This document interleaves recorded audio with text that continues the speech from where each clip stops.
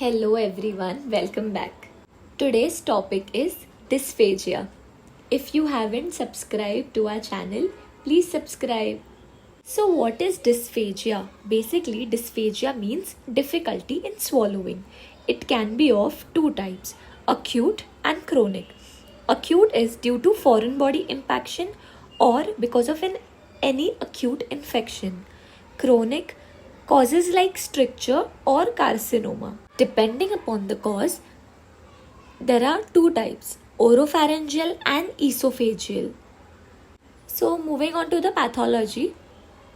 In voluntary or pharyngeal phase of swallowing, patient develops cough while swallowing.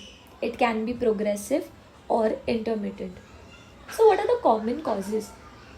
GERD, carcinoma of esophagus, foreign body in esophagus, corrosive strictures, esophageal candida infection, or carcinoma of pharynx. There's a table down here that I have enumerated. I've taken it from the textbook. It is divided into three: extraluminal causes, causes in the wall of the esophagus or other area, or causes in the lumen. So extraluminal causes, I've made a mnemonic. It is DMART and CM.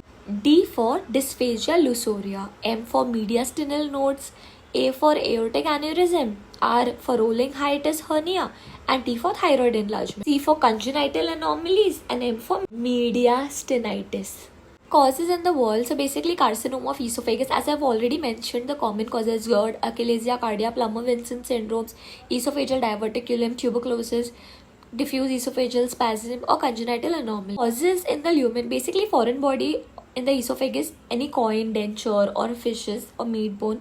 Other causes are cranial causes. These are neurological, bulbar palsy, and vertebrobasilar insufficiency. Moving on to the symptoms, coughing or choking with swallowing. There could be difficulty, there could be food sticking in the throat, there could be changes in the dietary habits, or change in the voice or speech. Thank you everyone. Please do not forget to subscribe to our channel.